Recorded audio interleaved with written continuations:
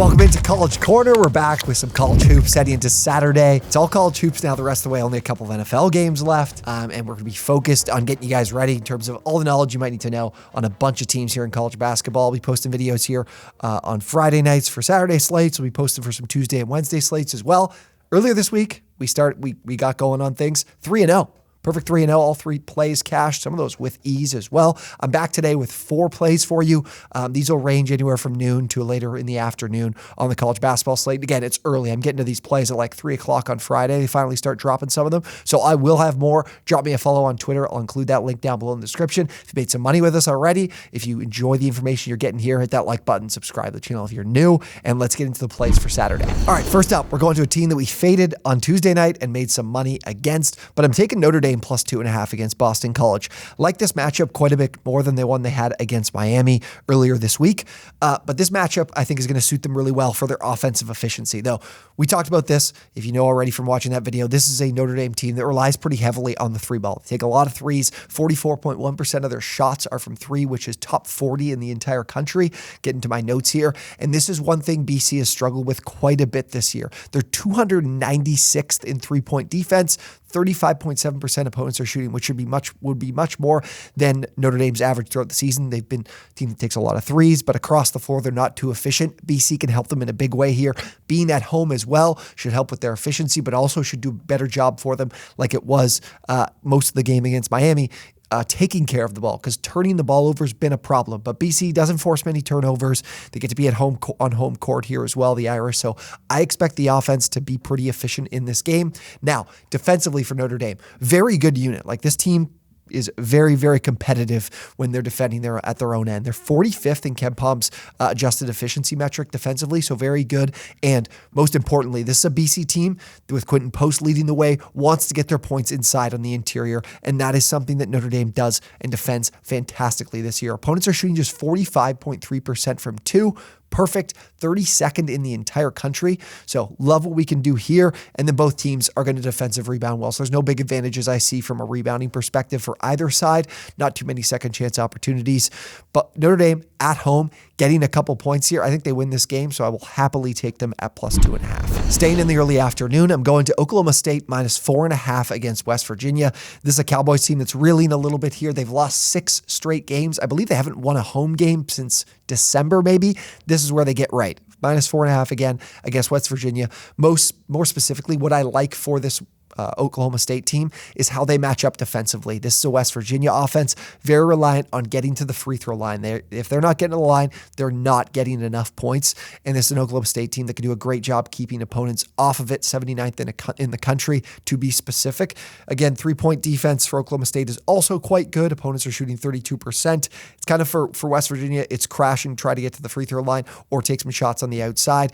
We've got an Oklahoma State team that can do a great job defending both of those areas offensively for West Virginia. Now, for the Oklahoma State offense, they're another team, much like we talked about with Notre Dame, that does struggle with turnovers, but West Virginia does not force any at all. I mentioned that I didn't think that BC did much for forcing turnovers, but specifically for West Virginia, 294th in opponent turnover rate. So being at home, being against a team that's not too aggressive defensively against the ball, I think they'll be okay here. And then offensively for Oklahoma State, want to score from the outside. Javon Small, Bryce Thompson, these are two guys that I think will have a big game here.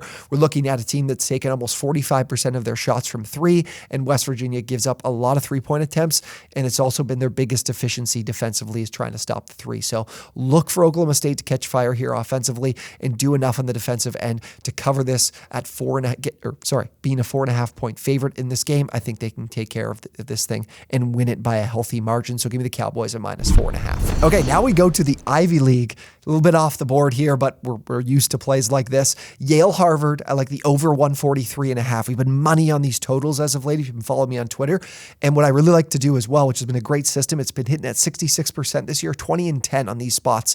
You take the fast-paced team and the slow-paced team, you take the over. And this is what we have here. Yale is 326th in pace or in average possession length offensively. Harvard, much faster, 73rd. Usually like to go a top 50 team against a team outside the top 300, but even with this being the case a little bit outside of the system, these are offenses I think are going to have a lot of success in this game. Yale wants to score around the rim. Harvard's really struggled to defend there. They're 222nd in two-point defense, and they're also a pretty poor defensive rebounding team as well. So even if Yale isn't putting the ball in the bucket the first time, they should get some second chance opportunities, which would really help with getting us over this total.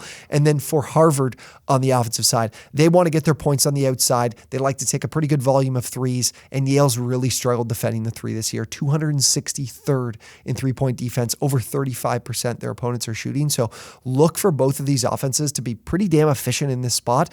We're short and sweet talking about this game.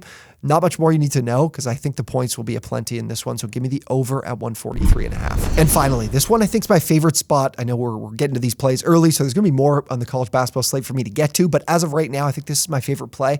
NC State plus 3.5 at Syracuse. So going on the road for NC State, I don't think will be a problem here. The Wolfpack should get themselves a ton of extra possessions. When I'm looking at these games, I'm looking up for that. We've talked about over and over in terms of the way these teams play offensively, how do the defenses match up? But I also, when I'm looking to break the tie between two teams, looking at grabbing extra possessions. And that means we're looking at a Syracuse team that's outside the top 260 in both offensive and defensive rebounding. So look for NC State to be able to grab second chance opportunities offensively and keep that from happening for Syracuse. And then we have a NC State team that's very good taking care of the ball, 13th in the country there. And then they also do a great job taking it away. So could grab some extra possessions there as well, forcing turnovers and rebounding. So look for that to be an advantageous spot here for this NC State team. But not only that, these are two teams that want to play on the inside. NC State with DJ Burns, Syracuse with the more undersized Judah Mintz.